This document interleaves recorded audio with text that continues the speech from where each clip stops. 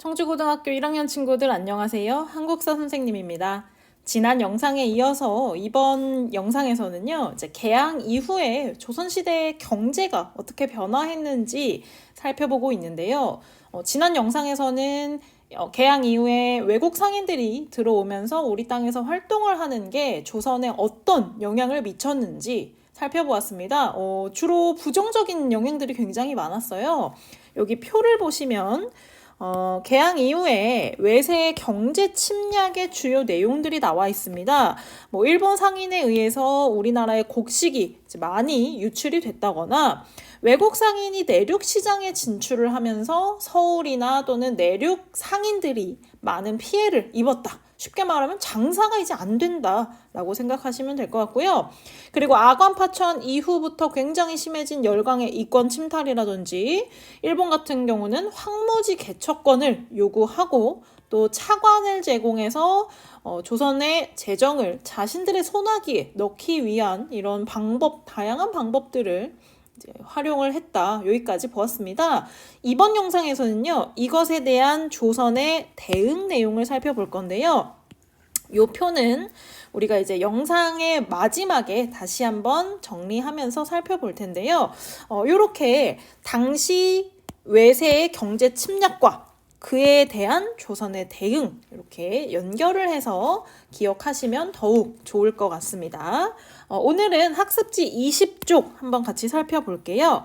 학습지 20쪽에 경제 변화와 경제적 구국운동의 전개 한번 보겠습니다.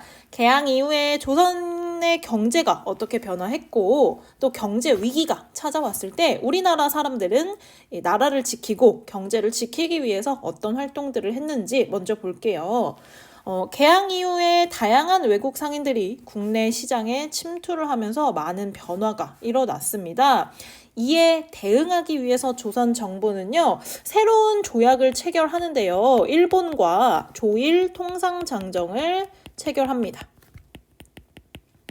강화도 조약과 조일 수호조규 부록 그리고 조일 무역 규칙에서 막아내지 못했던 문제점을 이제 조선 정부도 알게 된 것이죠. 이렇게 허술하게 조약을 체결하면 안 되겠구나 해서 추가로 체결한 이 조일 통상장정에서는 조선 정부 역시 관세권을 설정합니다. 이제 우리도 이제 일본에 또는 서양에 무역을 할 때 관세를 이제 규정하겠다. 관세를 물건의 몇 %는 세금을 부과하겠다라고 관세권을 설정을 하게 되고요. 일본 상인의 곡식 무제한 유출을 막기 위해서 방공령을 내릴 수 있는 규정을 조약에 추가합니다.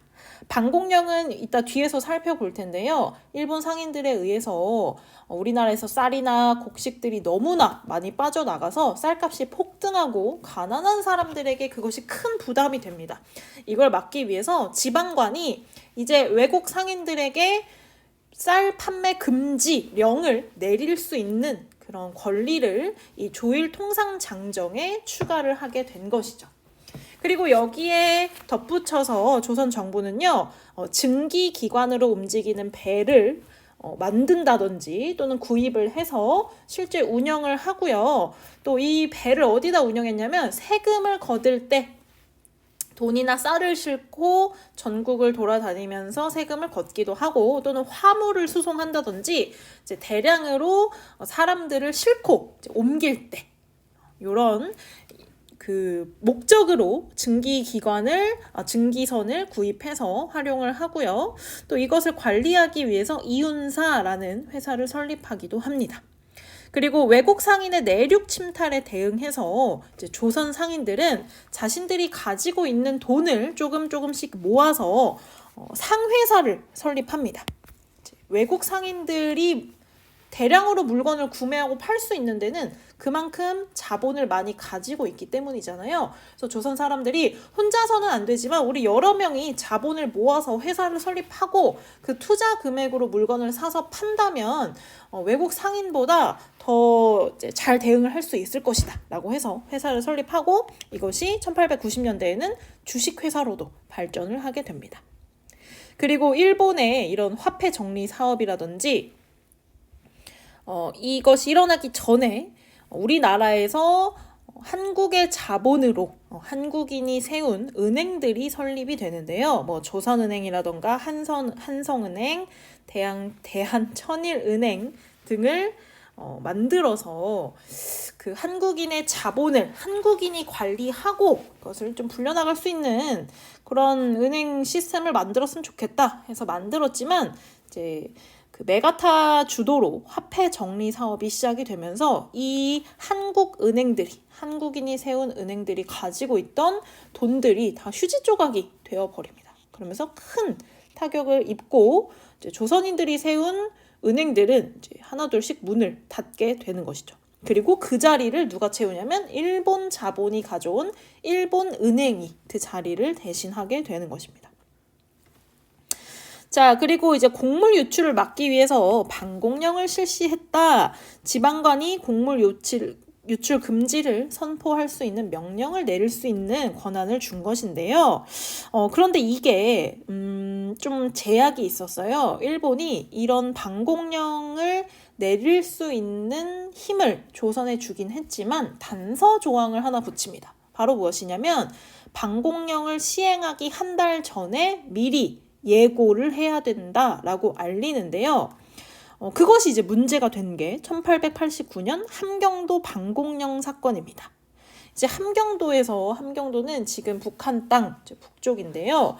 그 지역은 워낙 이제 농사 짓기도 힘들고 척박한 땅이기도 하고 이제 곡식의 양이 그렇게 많지 않았어요. 그런데 거기서마저도 일본 상인들이 침투를 해서 쌀을 다 사가니까 함경도 관찰사가 방공령을 선포합니다.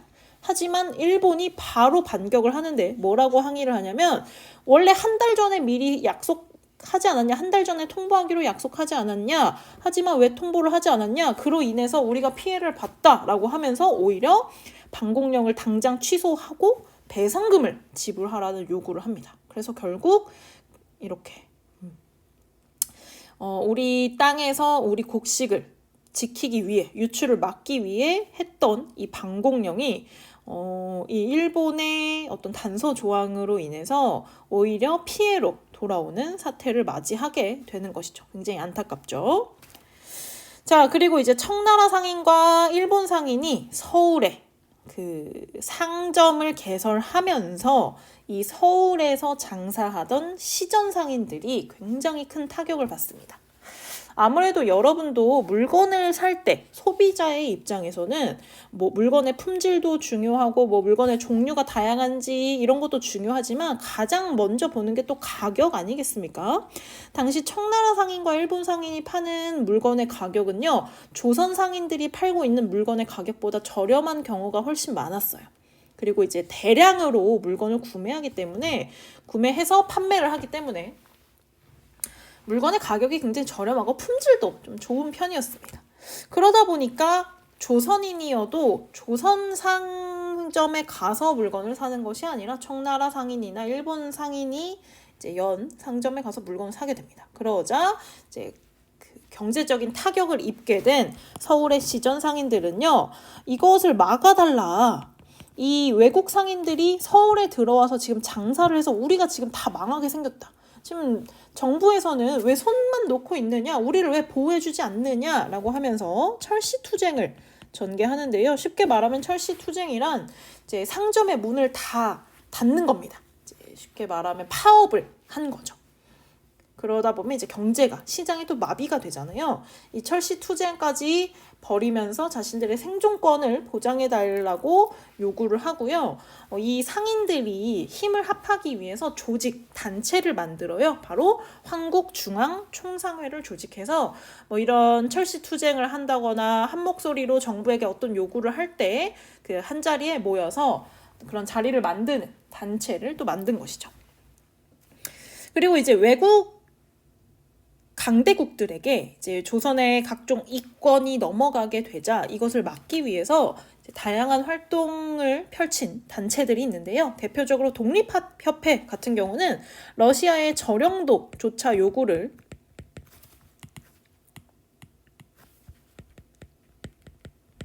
실제로 저지시켰고요. 한러은행, 러시아 자본이 들어와서 한국의 은행을 세우게 되는데 그것 역시 폐쇄를 시키는 성과를 얻어냅니다.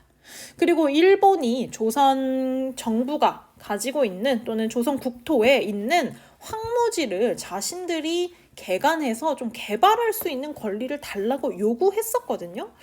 근데 개발을 하고 나면 일본이 이제 그게 자기네들 좋으려고 개간을 하는 거지, 뭐 조선 발전하라고 개간을 시켜주는 거 아니잖아요. 그래서 이것은 일본이 조선의 땅을 빼앗아 가려는 목적이다라고 파악한 보안회 같은 단체에서는 일본의 황무지 개간권 요구를 취소할 수 있도록 이제 끊임없이 사람들한테 알리고 시위도 하고 정부에 계속해서 요구를 하는 등 이런 활동을 펼치게 됩니다. 그리고 여기에 맞서서 농광회사 같은 경우는요, 정부 관리들이 모여서 일본이 자꾸 황무지 개간권 달라고 하는데 이걸 거절하기가 힘들면 애초에 황무지를 우리가 먼저 개발하면 되지 않겠냐라고 해서 황무지 개간을 추진하는 농광회사 같은 이런 단체를 만들어서 황무지를 새로운 땅으로 개발을 시키기도 합니다. 자, 그리고 이제 마지막으로 일본 같은 경우는 이제 1905년 이후에 우리나라의 경제를 자신들의 손아귀에 넣기 위해서 조선 정부에 대규모 차관을 제공합니다. 차관이 무엇이냐? 국가에서 국가에게 빌려주는 돈이에요. 쉽게 말하면 조선이 일본에게 빚을 진 거죠. 돈을 빌린 거죠. 그러다 보니까 조선의 경제가 일본에게 빌린 빚으로 운영이 되는 이런 모양새가 굉장히 좋지 않다. 이러다가 정말 나라 뺏기게 생겼다라고 해서 국민들이 힘을 합치게 됩니다. 바로 나라의 빚을 우리가 조금씩 모아서 갚자라는 주장인데요. 국민의 성금을 모아서 나라 빚을 갚고 국권을 지키고자 한 것입니다. 이 국채보상운동을 처음 일으킨 사람은요, 대구의 서상돈이라는 사람이었습니다. 서상돈은 대구에서 국채보상기성회 라는 단체를 만들고 이제 대한매일신보 같은, 우리가 다음 시간에 잠깐 배울 건데요. 이 신문 이름입니다. 대한매일신보 같은 신문에 대대적으로 홍보를 하게 되어요. 우리가 왜 나라의 빚을 갚아야 되는지, 왜 정부는 지금 나라의 빚을 일본에게 갚을 능력이 없는지, 그래서 우리가 왜 갚아야 되고 얼마를 갚아야 되는지, 나라의 빚을 갚기 위해 우리가 할 수 있는 일이 무엇인지를 적극적으로 홍보를 하면서 모금 운동을 펼치게 됩니다. 하지만 일본이 이것을 그대로 놔둘 리가 없겠죠. 일제의 탄압으로 이 국채보상 운동을 이끌었던 서상돈이나 양기탁 같은 사람들이 이제 탄압을 받게 되고요. 일부 구속이 되기도 합니다. 감옥에 갇히기도 하면서 국채보상운동은 이제 중단이 되게 됩니다.